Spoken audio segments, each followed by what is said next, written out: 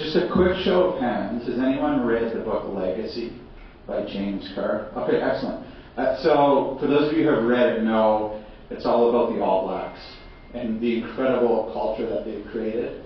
And we're going to hear all about that today from Mike. And one of the things that's incredible about the All Blacks, as you may know, is that over a 120-year period, okay, 120-year period, they have an 80% win record. It's incredible. It's world-renowned.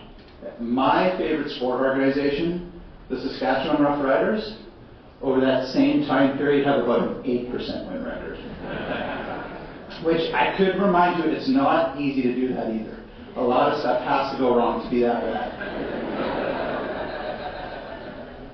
The concepts that we're going to hear about today around respect, resilience, psychological safety, making sport safe, making sport inclusive, these are, I find, easy things to talk about and very hard things to implement.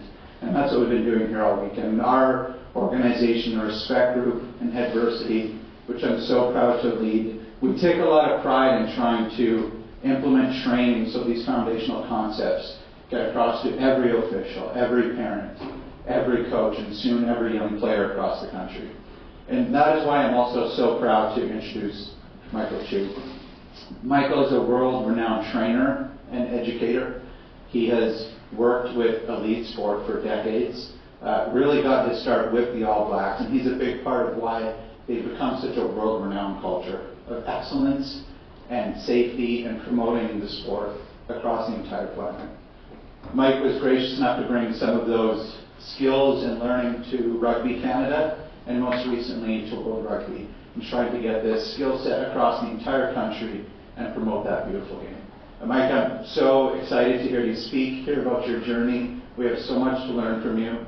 So everyone, let's give a warm summit welcome to our keynote, Michael Chu.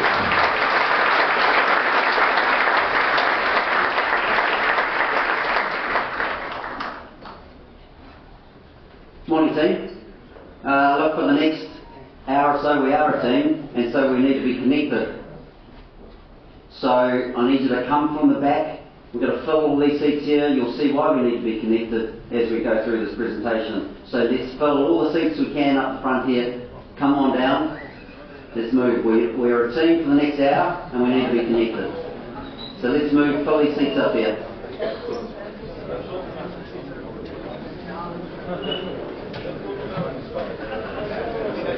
There's some VIP seats here going at half price today, so come and fill those up.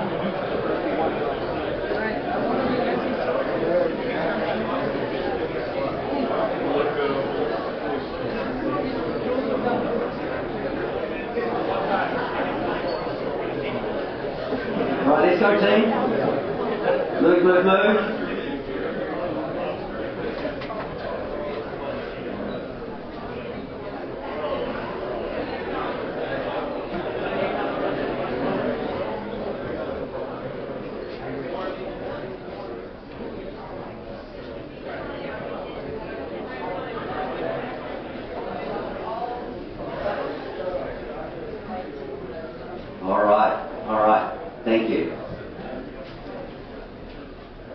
Well, what a privilege for me to be here today, talking about a team that's very, very dear to me, and giving you my thoughts on the All Blacks and what makes them successful.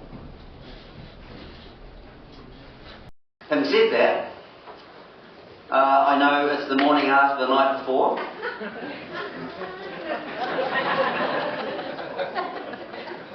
So I hope you had a good night. And I'm very happy to see you here today. Very happy. Now, really loved Casey Stoney's presentation yesterday. Who enjoyed that? And she finished with one of my favourite quotes. And so I'm going to start with it. So people will forget what you said. They'll forget what you did. But they'll never forget how they made you feel. So across the next hour, I'd like you to feel something. Because you're probably going to forget what I said. But I want you to feel something. First thing we're going to do the feels for is a very special lady who I used to work with when I was at Rugby Canada. and she keeps everything ticking along for Rugby Ontario. The CFO, Lynn Nguyen. Now Lynn is the same age as me, but looks 20 years younger, and it's her birthday today.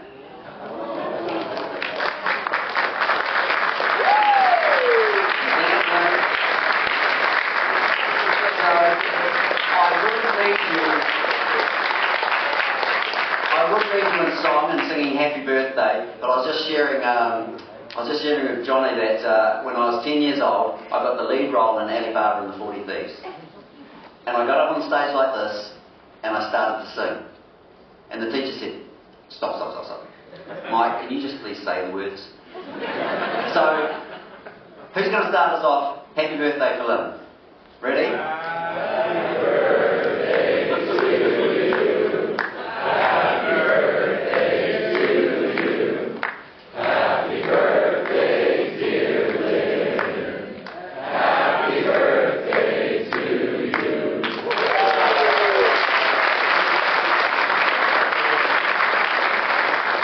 Thank you. Now I know you've got my back. This is another opportunity I didn't have to sing. Thank you. Okay. It is the morning after the night before, so we're going to get our brains engaged and our bodies engaged. I know not everyone can stand, but if you can stand, please stand. So mind, body. You're going to stick your left hand out. We're going to connect across the aisle. You're going to stick your right finger.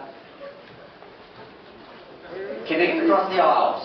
Connect across the aisles. We are connected. We are going to be a team for the next hour. Okay. Now you can see why I needed you down here. Alright, so we're going to get a little bit of body movement here. When I say go, you're going to try and grab that finger and try and not allow your finger to be grabbed. Okay. So we'll practice around here.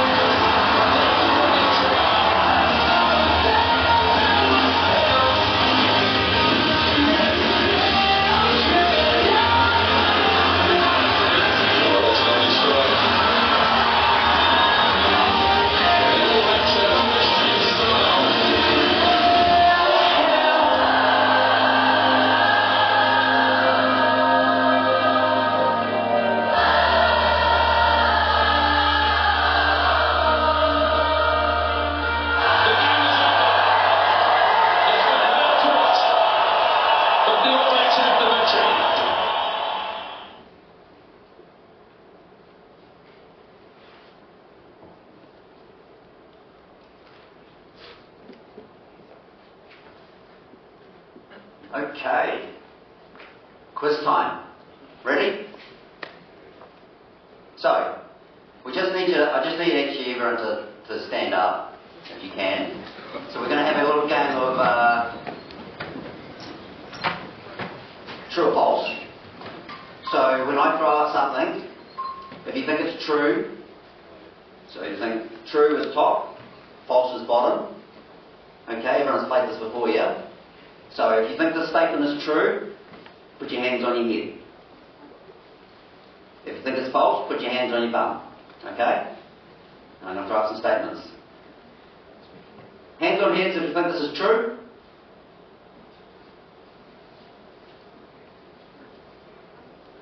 There's a lot of followers in here. Yes, it is true. New Zealand's the only country to have held all 5 Rugby World Cups at once. That's the men's 7s and 15s, women's 7s and 15s and under 20s. Anyone put their hands on their bums?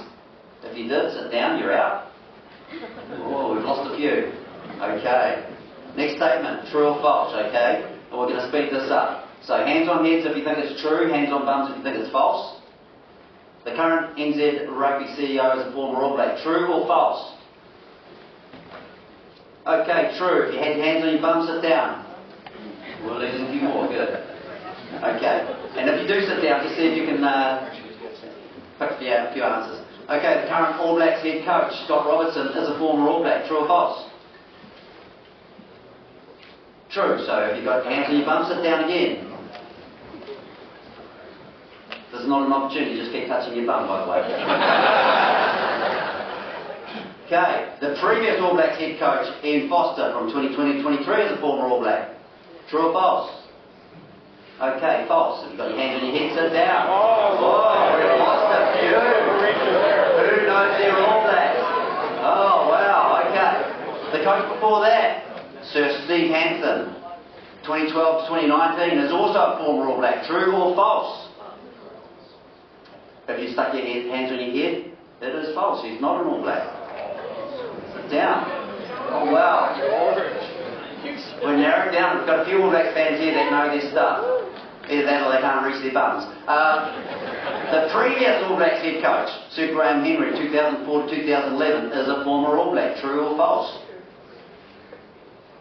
Okay, false. Sit down if you put your hands on your head. Oh, we're not even going to get halfway through my quiz. Hands up, who's still in it? How many have we got? 1, 2, 3, 4, 5, 6. Okay. So I just wanted to put that up there because for 20 years the All Blacks were not coached by a former All Black. You have got an incredible amount of talent in this room of people that may not have played for Canada or may not have played for England or whatever. That does not mean you cannot be the coach or the administrator or whatever that you would like to be. Okay, 20 years the All Blacks have not been coached by a former All Black. And that was a 20-year period where they were probably at their most successful. Okay, do you know your players? Beauden Barrett's the current All Black captain. There he is in between Geordie Barrett, Beauden Barrett and Scott Barrett. He was 2016-2017 World Player of the Year. True or false? True or false? Okay, it's false. Scott Barrett is the current All Black captain. Do we have anyone left? Oh, I knocked everyone out. I didn't even get through my quiz. Oh, you want to go again? I've got a few more questions. Okay, everyone up. There we go. Everyone's got warm up here. Right, we've still got a jacket to give away. Okay, Richie McCaw, one of the best ever All Blacks, played the equivalent of a football quarterback. He was 2006, 2009, 2010 World Rugby Player of the Year. True or false? False.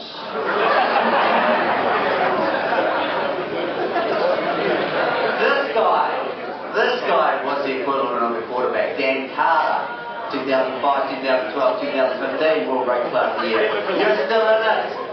Okay, now you're learning about the All Blacks, yeah? Okay. Kiwis have been head or assistant coach for the following top 20 men's 15s team: Ireland, Scotland, Wales, Australia, Japan, Canada, USA, Fiji, Georgia, Samoa, Tonga, South Africa, England, France, Romania, Italy, Argentina, Portugal. True or false? True. Okay, the Black Ferns are the current world champions. True or false? True. I even put it up there, 2022. Okay, so it's true. Sit down if you put your hands on your bum. Okay. The All Blacks are the current world champions. True or false?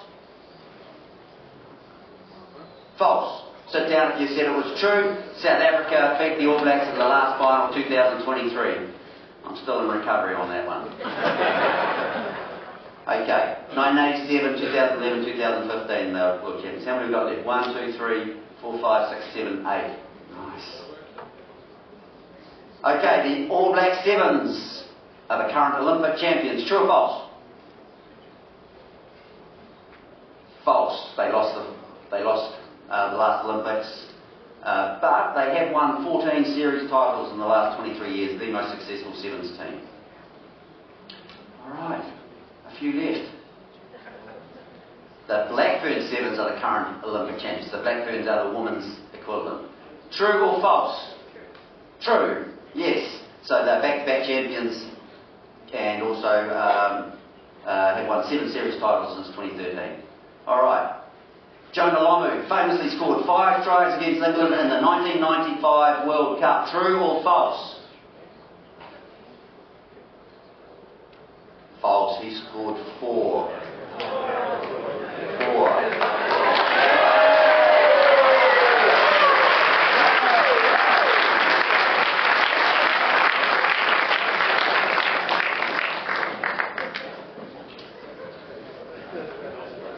Well done.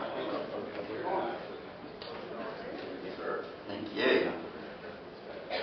Perfect.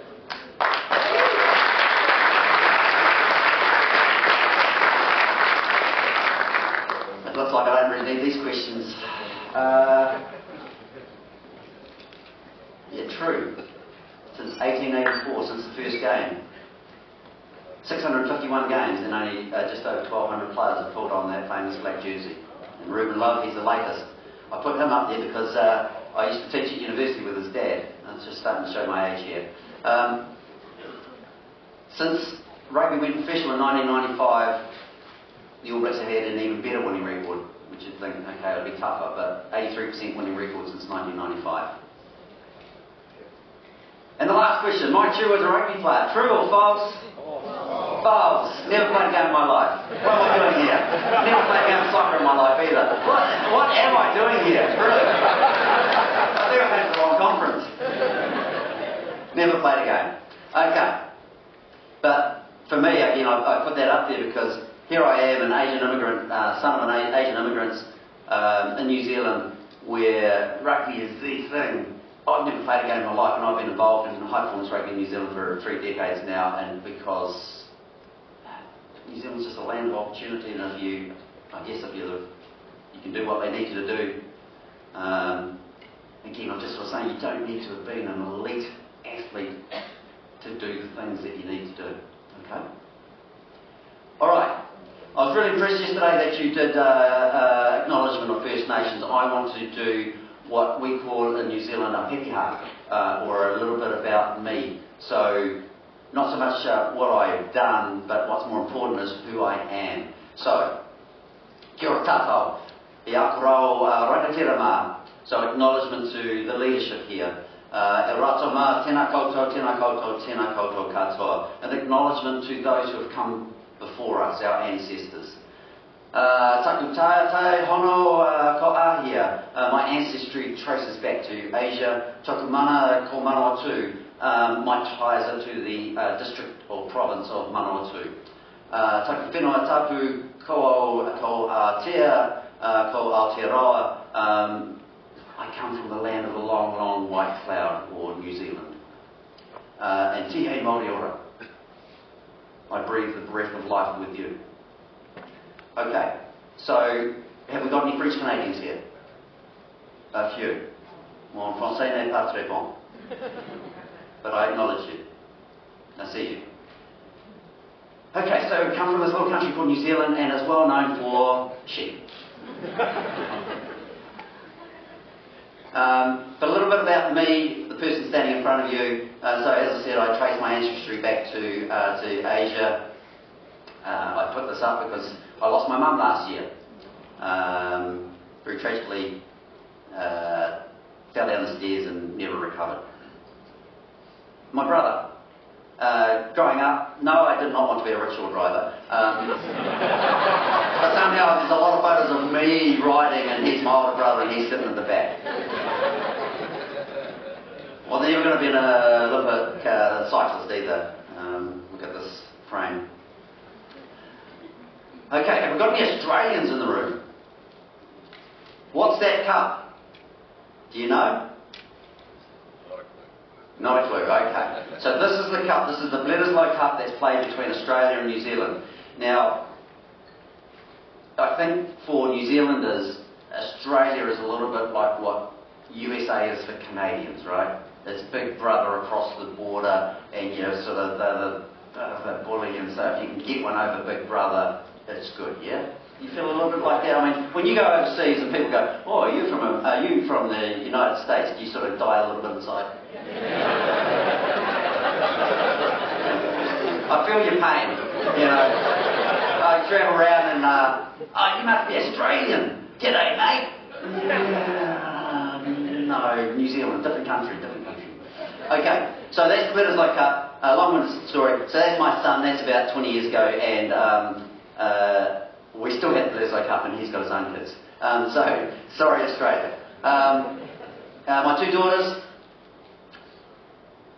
Now, this is me and my bro, not on a cycle, as you can see. We're at the World Cup final 2011. I'm about to leave New Zealand Rugby and come and work for Canadian Rugby, and I got a short clip of the final. We beat France 8-7, absolute thrashing, 8-7 in the final.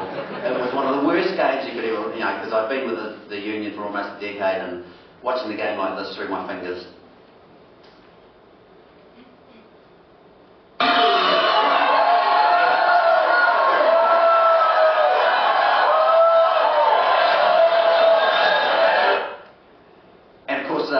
New Zealand being New Zealand, we don't sort of stand on protocol too much. You're only really allowed to touch the World Cup with white gloves and stuff like that, but stuff it, I took it home.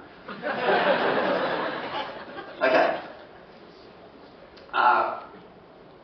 I'm at the stadium, and for me this is one of the things that I really love about rugby, and it really brought home to me how much rugby means to New Zealanders. So at the World Cup final, and I was sitting there with my bro, and there's a girl in front of me, a young lady in front of me, and she's got an empty seat beside her, and I'm like, you could sell that seat for thousands. Why is it empty? And I look over, and there's a photo there. And I tap her on the shoulder and I say, what's going on, you know? And she said, my father passed away recently, and I'd always promised that we'd go to the World Cup final, and I brought him with me. And it's like, it's those moments that you think, sport transcends winning and losing, doesn't it? It's just like, here's a guy with his daughter at the World Cup final. She kept her promise. So, after that 2011 World Cup, and Johnny Misley was part of my journey actually, and Johnny was sharing with me. Johnny was with Own the Podium, and Own the Podium was really pushing Rugby Canada to get someone to help run their rugby program. And so I found myself here at Rugby Canada, at supposedly the all-weather facility, which was closed the first week that I arrived, out in Victoria, BC.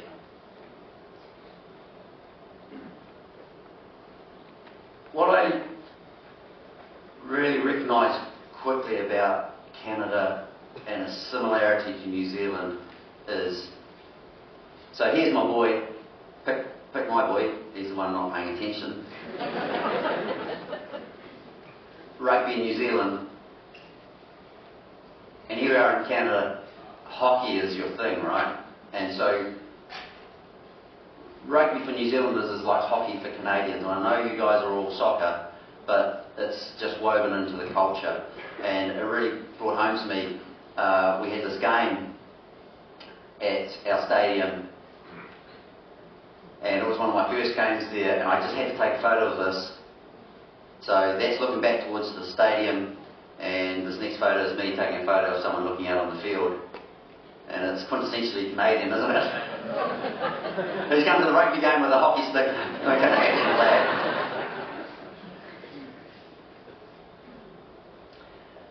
Okay. In 5 years' time, you'll be the same person apart from the books you read and the people you meet. So as we go through today's presentation, I'm going to throw up a few books that I think you may enjoy. So I'll put them up here so you can capture it, okay? But here are my thoughts on steps to high-speed learning. So I'm going to throw some things at you. Please engage your brain.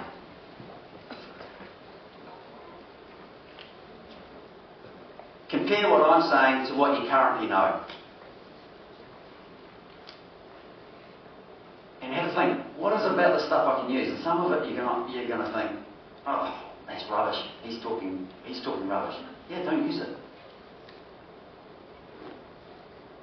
But if there's things that I say that you think, oh, I could use that, then ask yourself the question, how would I integrate that? How would I use it? Ask yourself the question, where can I go for more information or advice? And that's where I'm going to throw up a few books for you. Then put it into practice. Don't leave here today with a whole lot of ideas that just stay in your notebook. Try it. Don't be afraid of not succeeding. Try it. And then here's where the gold is. Okay, reflect, review, get feedback.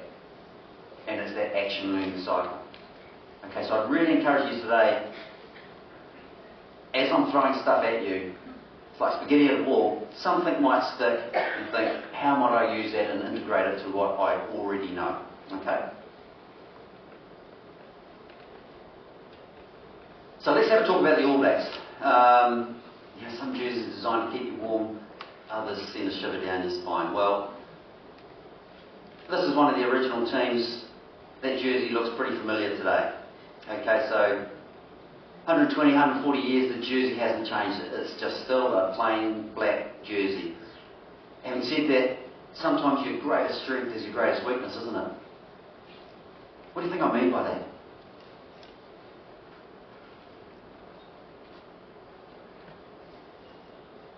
Anyone want to hazard a guess? The pressure of wearing that jersey could be overwhelming. Spot on. Spot on. I remember talking to some All Blacks and they said, this jersey weighs like 300 grams, but when you put it on, oh my God, you've got the weight of a nation.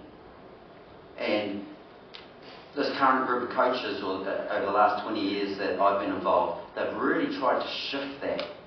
Where historically, you have some All Blacks say, I did not enjoy playing for the All Blacks. There was so much pressure. So much pressure. And not just pressure to win, but to win well. So, okay, you beat the team by 30 points, you should have won by 50. You beat the team by 50, you should have won by 100. It's just incredible expectation, which is both a blessing, you wouldn't want to take that away. Every time we send out the team in a black jersey, whatever the age group or whatever the gender, they're expected to win. But how do you turn that around so that you can embrace pressure? Okay, what is your why? There's a couple of books up there. Simon Sinek, Start With Your Why. And Man's Search for Meaning. Wonderful book. Has anyone read it? Man's Search for Meaning? A few people. Great. It's written by a guy called Viktor Frankl who survived the concentration camps, and what he talks about in the book is purpose and meaning in life and those that had it and how they survived. Okay? So a couple of nice books there. So what is your why? So I'm going to go through in this presentation today this concept of vision leading to your leadership style, leadership and how that impacts on culture and how that impacts on your performance, and eventually how that leaves a legacy. And I think for all of us, we want to leave a legacy and leave something behind. Leave wherever we are better than when we found it. Okay, so let's start with vision.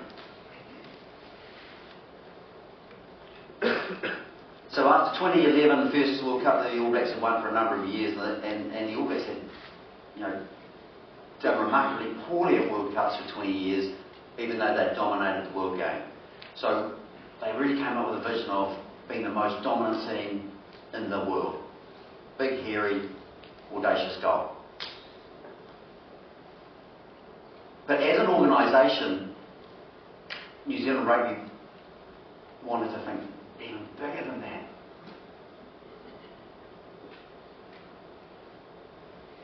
And develop this concept of inspire and unify. So how do we use the All Blacks, the Black Ferns, as a vehicle to inspire and unify a nation? So players impacting upon their families, impacting upon their communities, impacting upon the nation. So we actually set up programs looking at, for example, gender diversity, at domestic violence, at child safety, and how we use what's incredibly important to New Zealand, our All Blacks, as a vehicle for social good as well. Okay, so here's a chance. What's your why? Now, what does success look like for you? And acknowledging that not every team can win, how do you expand the definition of success? I'm going to give you 1 minute. Have a chat to the person beside you and just share a little bit about you and your why. What drives you? Why are you here? Because you're here for a reason. Okay, 1 minute, go.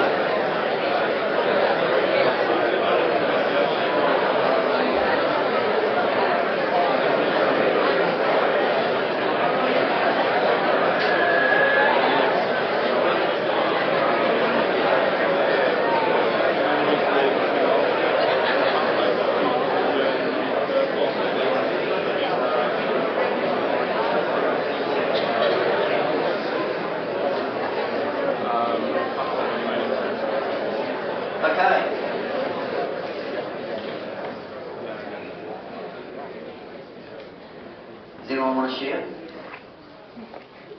This gentleman here. Do you want to stand up and just cast your voice back? We're looking for a roving mic, but... So my success is one, it doesn't matter what sport I'm coaching, whatever, as long as that kid is happy at the end of the day and comes out with a smile, that to me is a successful day for me. Because that's what I'm there for. Right? And that's, I think we're all there. Regardless of the wins or losses, if the child is happy at the end of the day, then yeah, that's my success.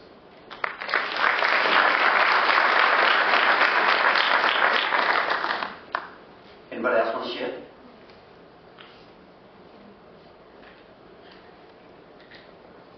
Very shy Canadians. Over here. I can. Oh, you've got a good voice. I'm a goalkeeper. Ah. Success for me is when my team is able to determine their strengths and I'm able to help them elevate those strengths. I like it. Thank you. Thanks for sharing. Okay. So start with your why. Now, second thing, leadership. Right. Talent. There's lots of talent out there. Okay, but hard work beats talent if talent doesn't work hard. A great book on talent. Talent is never enough. The Talent Code. Leadership. I have a philosophy that you can never not lead.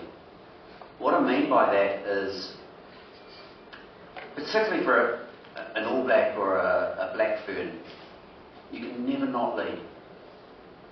You lead by acts of omission and commission. So, for example, if there's a piece of rubbish on the floor here and I walk past it, that's leadership. poor leadership, but it still tells the people around me that it's okay to walk past stuff. So you can never not lead. And the All Blacks in the book Legacy by James Kerr talk about humility and sweeping the sheds. No one's bigger than the game. Peer leadership, self-leadership. So lead yourself before you can lead others. And then character. So in about 2005, so Sir Graham Henry was the coach, Wayne Smith and Steve Hansen were the assistant coaches. And in 2005, the All Blacks went to South Africa and did quite poorly. And there was a bit of a drinking culture and a bit of a me culture rather than a we culture. And they really decided to shift that around, and they brought Sir Brian Lahore, who's a former All Black coach, who was the coach who won the 1987 World Cup. And he developed this saying, better people make better All Blacks. Better people make better All Blacks. There's a lot in that. Have a think about it. Better people make better All Blacks. Now, character. So, character is your foundation for going places and for greatness. It's something that the All Blacks really, really emphasise, character. And I really liked what Casey Stoney talked about yesterday about adversity and the adversity that she went through, and how she shared a bit of her adversity and how that helped shape her character. Yeah? A wonderful, wonderful sharing. And really, we don't know what's going on for people, do we? And I really like the message that she provided about getting to know your players or your staff or the people around you. And I wasn't going to share this, but last night I was out for dinner with your lovely Ontario Soccer Board. And I've got some things going on for me. So, I have a son, you saw a little picture of him 20 years ago, and he's an addict. He was in a fatal car accident 4 years ago where his girlfriend died and he was the driver. And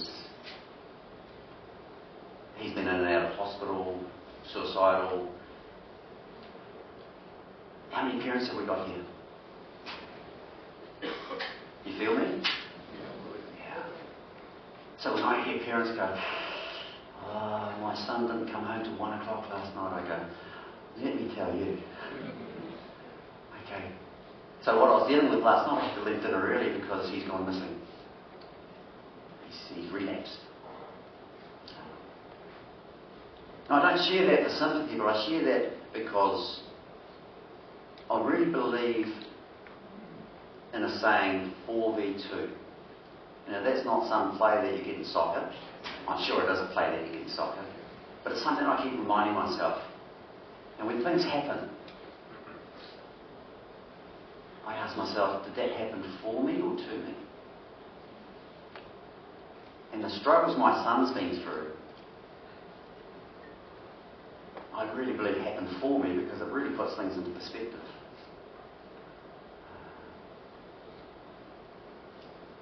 The gentleman that introduced me, he said, "Are you nervous?" I'm thinking, wow, this is easy stuff. This is the easy stuff.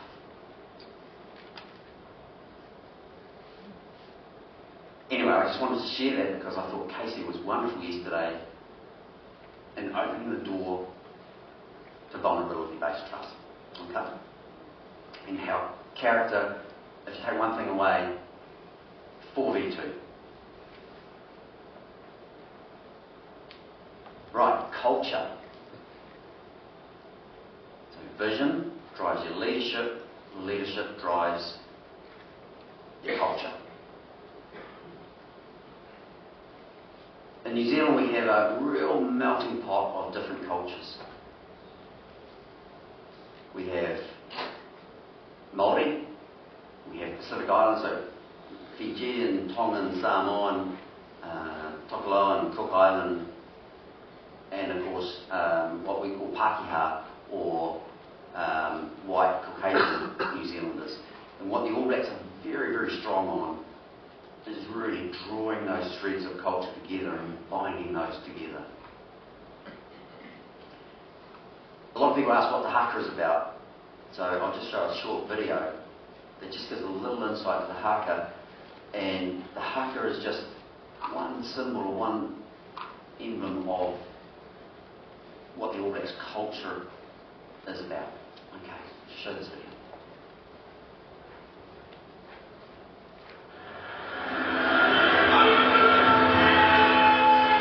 We're the All Blacks, and this is our story of the haka. We get shoulder to shoulder, and it's time for the team to lay the challenge. The ancestors buried back in New Zealand, we bring them up through the ground and then into our borders. We express that with our eyes and with the tongue as well. We draw strength from not only the guys beside you, but everyone that's played in the jersey. Together as one, really pushing to get to those places that we dream of. The impact on the haka means we are a team as we climb upwards step by step, reaching for the sun and growing. The future's it's endless, so anything can be achieved if you put your mind to it.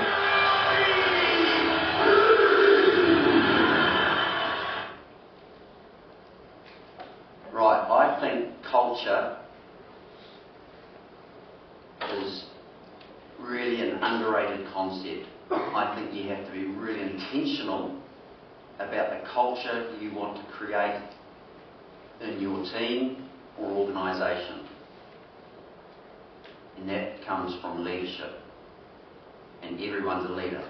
So, 1 minute, the person next to you, what are you doing to intentionally drive the culture of your organisation or team? What are you doing or have been doing? And just a quick share. 1 minute, go.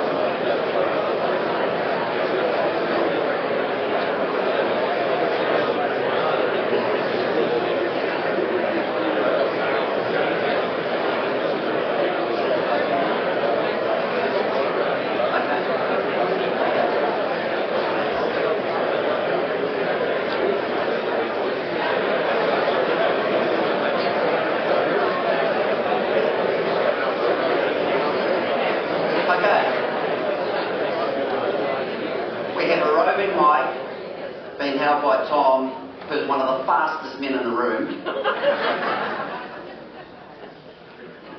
Specialist. Okay, who would like to share one thing that they do to intentionally drive the culture of their organisational team? Andrew and I coach Niagara College together. We coach Niagara College together, and unlike university, college is 2 years in and out for most kids. Unfortunately for some kids, it's 6 months in and out. But, so we've intentionally been drawing our alumni back into our program, and they've been coming to a lot of our games, and last year we had our first alumni reception after one of our games that all of our players attended as well. So they started connecting with them. Some come to training. So we're hoping that that will drive a deeper connection to the college and to our team, and to our program. So that's something we're doing intentionally. Fantastic. Thank you. Thanks for sharing. Someone else?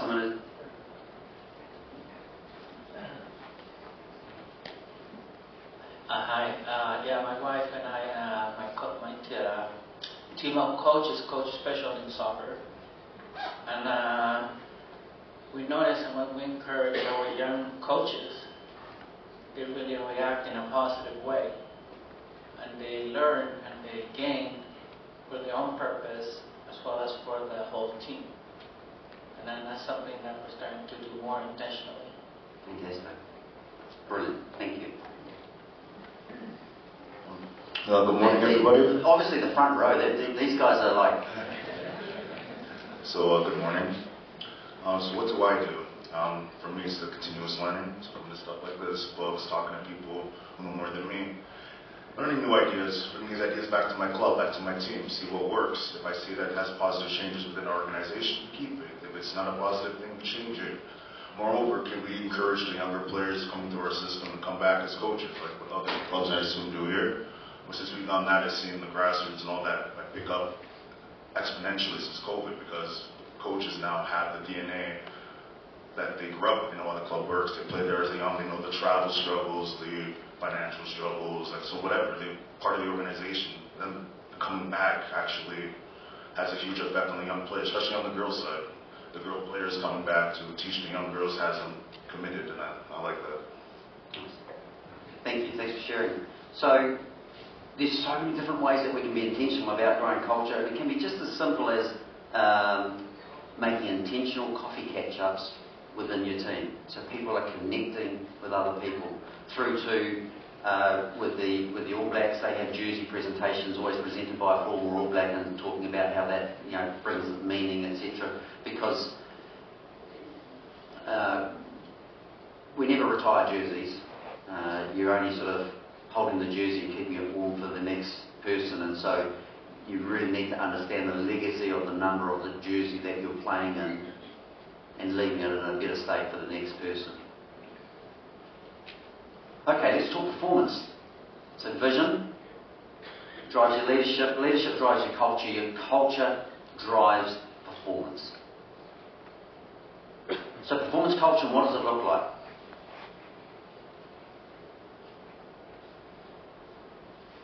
There's a couple of books I've put up here. One is The 5 Dysfunctions of a Team by Patrick Lencioni. Has anyone read that? A few people.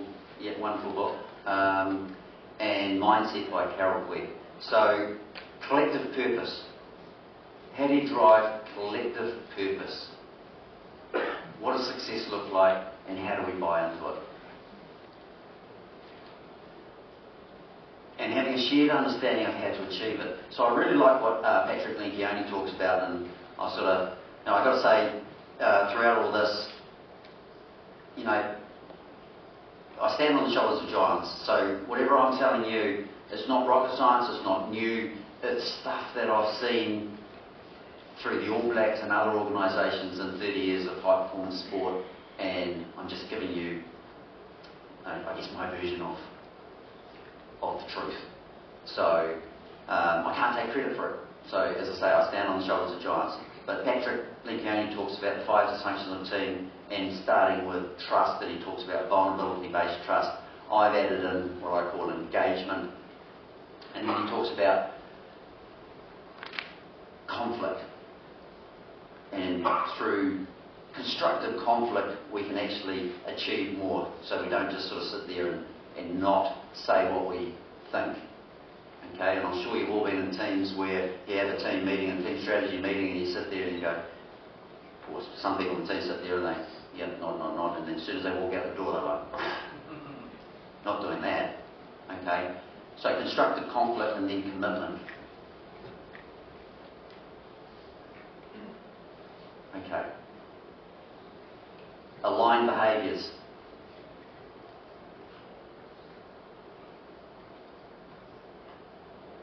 And that goes back to character.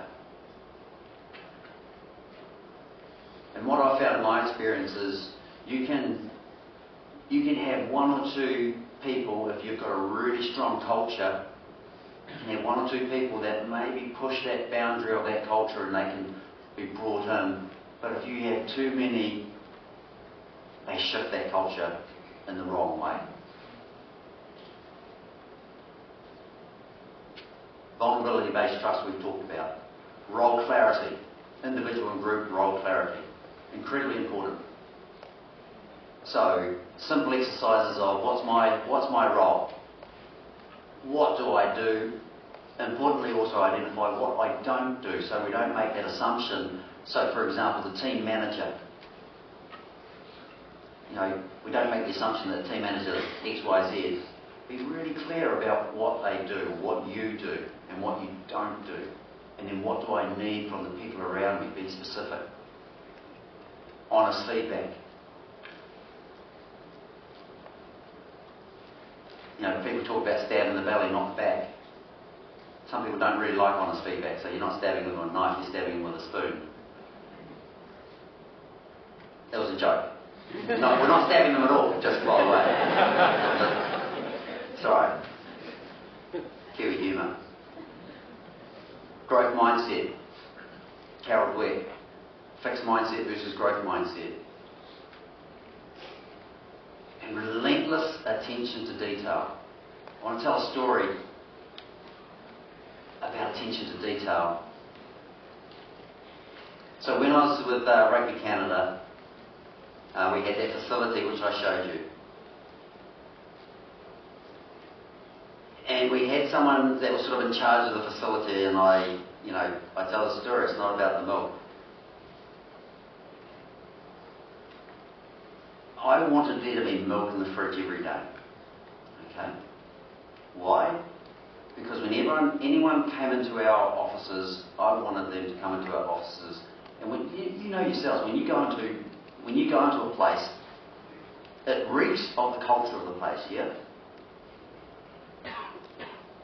I walk into a team environment and it can tell you so much. I want people to walk into our Rugby Canada offices and think, wow, this is somewhere I want to be a part of. These guys know what they're doing. This is a team that's going places. And so a simple thing I said, I want milk in the fridge every day. So when someone comes in, I want to be able to offer them a cup of tea or coffee. Not that you guys drink tea. I want a cup of coffee. Thank you! Tea, Ben. Anyone here drink tea? Oh my God. Pretty sure. Come on. Okay. But he didn't get it. He's like, I don't have milk in my coffee. I don't, And so often, like, where's the milk? And I go and get the milk myself. And then one day we had this group, I brought this group of Special Forces military in, and of course there was no milk in the fridge, and we had to go out and get milk. And I was like, He really didn't get it. It's not about the milk, is it? It's not about the milk. It's about that relentless attention to detail. And then I had to look at myself in the mirror and go, what am I not doing as a leader to sell that vision? So we either have to change the man or change the man. So we changed the man. Okay? So relentless attention to detail. Leave no stone unturned. Okay? In high performance sport, you are talking about percentages. Okay.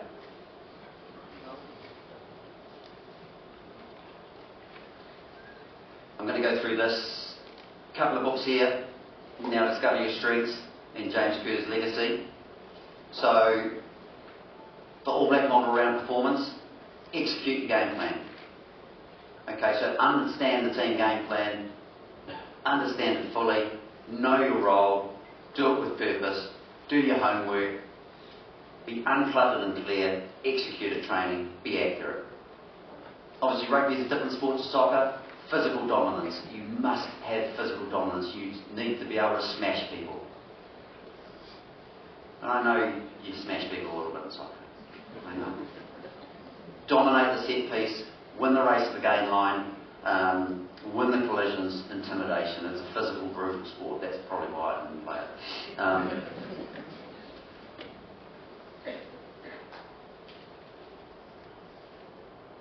Having a now focus, winning every moment. Forgetting about the last moment and focusing on the now moment. The here and now. What are you in control of? What are you not in control of? You're in control of your emotions, staying composed.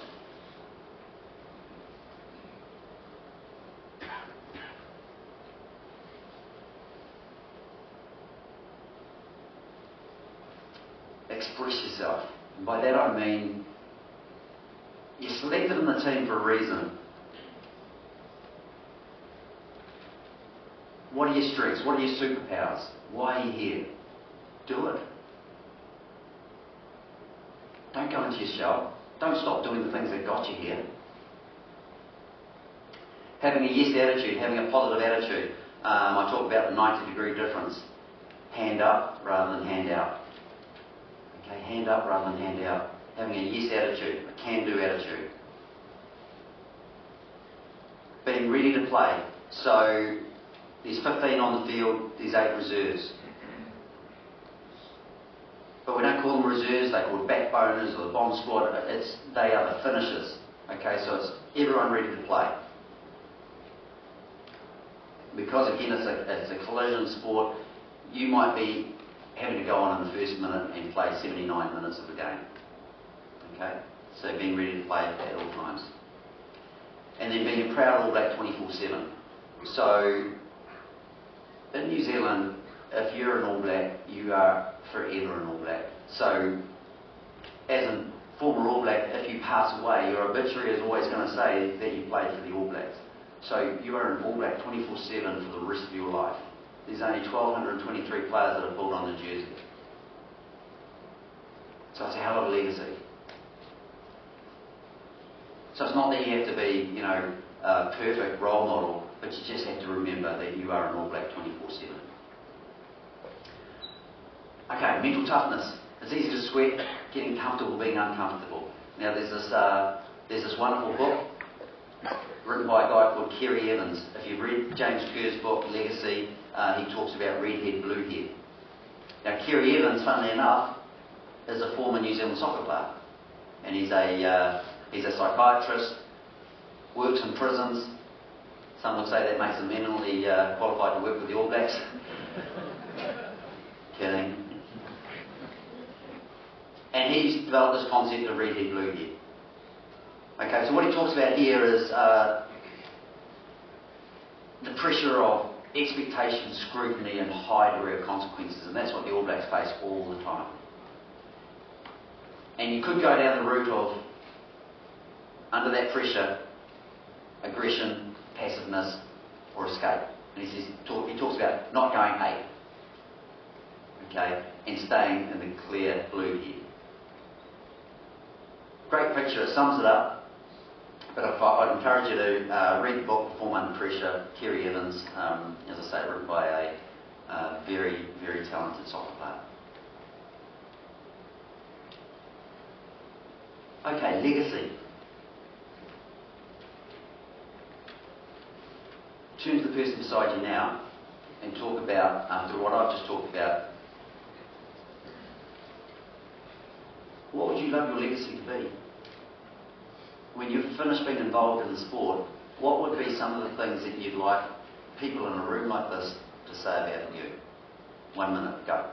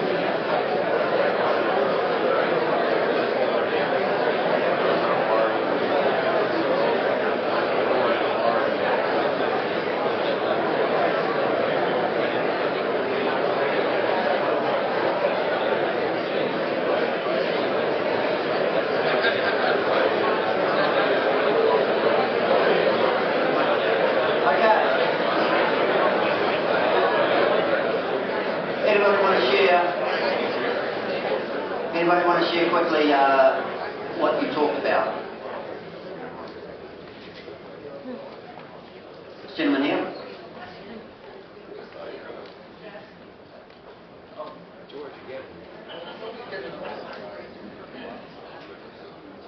Yeah. For my legacy, did they have fun and did I have fun? Simple. Love it. I'm going to put one of our lovely Ontario soccer board members on the spot here. Chair? Yeah. No, we were talking about it, three of us, Johnny and Brenda, and I think in something like Ontario soccer, where you want to take it is to leave it in a place better than when you came.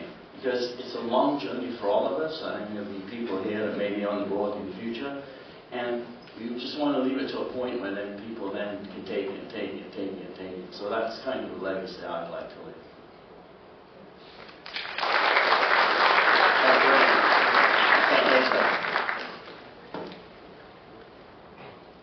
I'm just going to share with you, it looks a complicated slide, it isn't really. I'm just going to throw it up here. So, this is the system model of New Zealand rugby, player-centred model, coach on the outside, you've got all your... You got nothing. We have nothing. There we go. That's simple stuff. I know all of you guys are very familiar with that. Okay? But the alignment of the system in New Zealand rugby is actually something that is, I think, one of its strengths. So I'm just going to put these things up here. So in New Zealand rugby, we have quite a centralised model. So the All Blacks are the pinnacle. But we also control the player development system below that. So if you can imagine the NBA, and I know there's some, no, NHL hockey. Imagine NHL hockey, and that there's one central body that controls and pays all the players and all the franchises and the key coaches within those franchises, and it's all geared towards Canada being the most dominant team in world hockey. And that's essentially what we've got the model in New Zealand rugby. So we employ and contract all the players, we employ and contract the head coaches of the franchises, and so the All Blacks is the pinnacle. You can't play for the All Blacks if you leave the country, because we can't compete with other nations in terms of money. So an All Black could probably earn 2 or 3 times as much going playing in Japan or France or England. So the black jersey is really what keeps most of those players in the country and the potential to play for the All Blacks. We control in terms of, and the system's not for everyone, but it works for us. And I met some of our Irish friends the other night, at the bar obviously. And Ireland had a New Zealand coach for many years, and he kind of implemented the same sort of system there. And they've been pretty successful. They've gone to #1 in the world.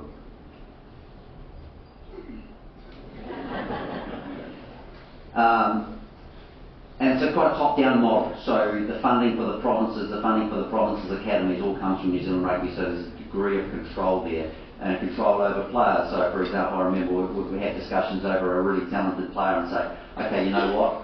We're going to give you a contract, but we're not going to let you play. Faster right.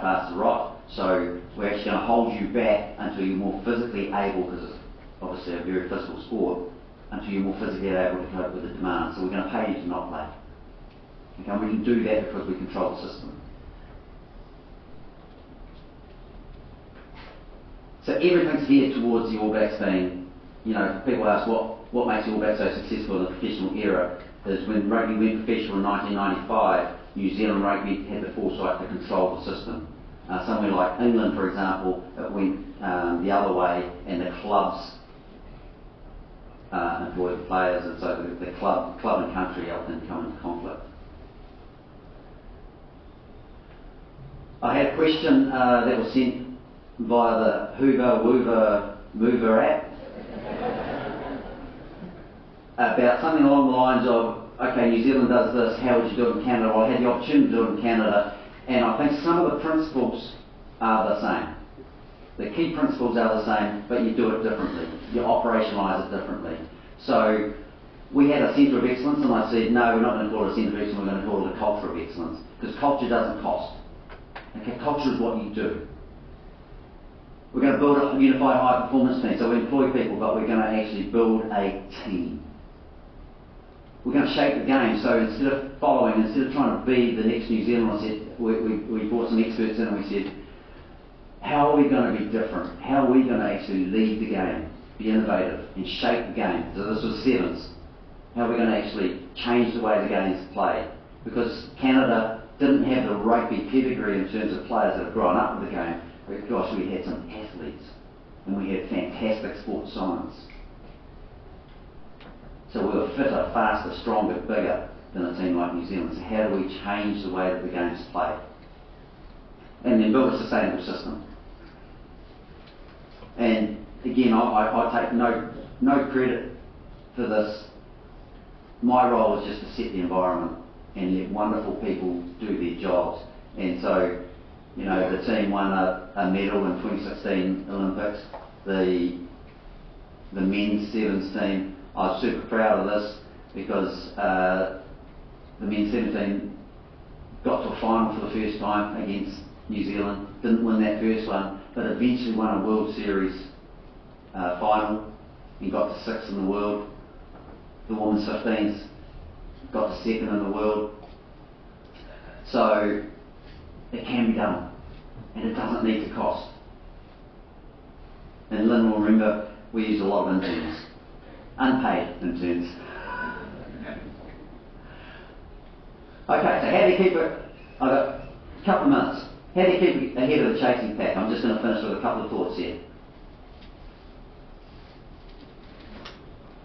Who's seen Star Wars? Most people. Alright. The wisdom of Yoda. Change is inevitable. The Sith had changed. The Sith had grown and adapted, and the Sith had remade themselves. While the Jedi had spent the same millennium training to fight the last war. What are you training for? Ask yourself the question. What are you training for? Are you training for the last war or are you training for the future? Because the future had this wonderful discussion with Dr. Ann last night, who did a really cool presentation. I'm looking for a shout out to you. A wonderful presentation on the lessons from Ted Lasso. And you know, we had this great conversation about AI last night over dinner. And I love this quote: the illiterate of the 21st century will not be those who cannot read and write, but those who cannot learn, unlearn, and relearn. So how are you going about learning and relearning? And there are no silver bullets. When I was in high performance and working with the All Blacks and New Zealand rugby, forever people would be coming up, try this magic water, try this magic band-aid. Okay, but there are no silver bullets. It's hard work. It's hard work, and it's lots of it. I'm sure some of you think like this, that success just happens overnight, but no, it doesn't. You know this. What it really looks like. Okay, so I'm going to finish, I think right on time, 11:15. We're going to tie this together, so I'd like you to stand up. So, if we can, we're going to cross the aisles and we're going to link arms.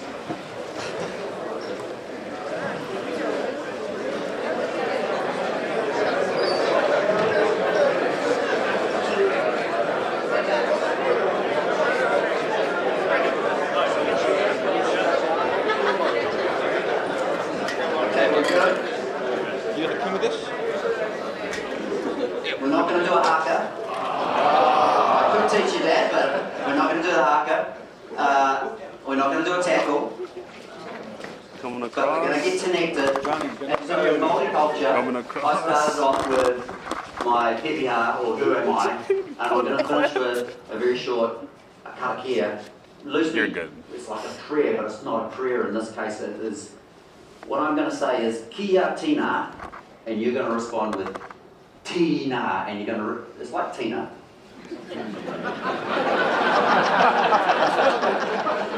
pronounce the T and the na, and you're going to do it strong. And basically what that says is, we're together, united, agreed.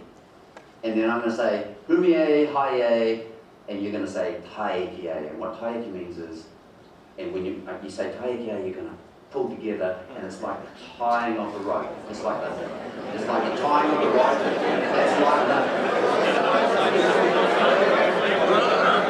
That's like the binding. Okay? And if we have the space, we get in one circle and do it as one team. But we're going to practice this, okay? So I'm going to say, kia tina, what do you say? Kia! Nice. And then I'm going to say, humie, huie, taike. Okay, we're ready? And on the taike, we pull together and we finish this strong and we tie together as one.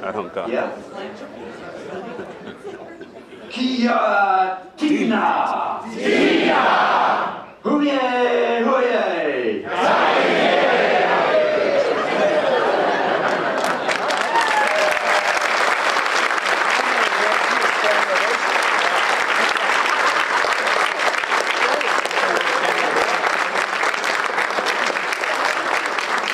That was just my way of putting a standing ovation at the end.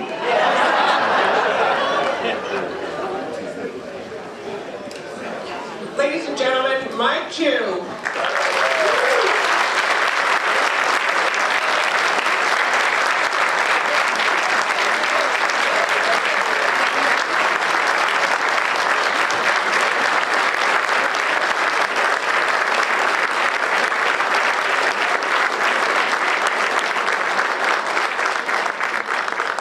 Thank you so much. That was amazing. I would like to invite our friends from O'Neill's out onto the stage. They'd like to present you with a custom jersey.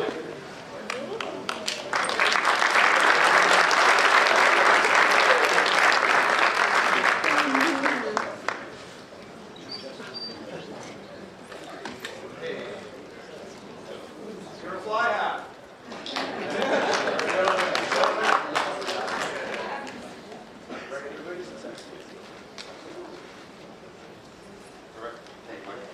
And Johnny and Alan, please come out.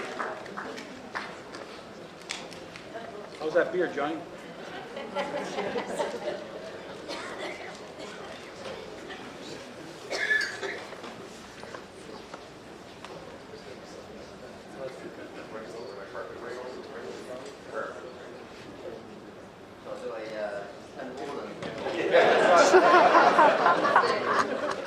No, Anne's doing that. We'll save it for Dr.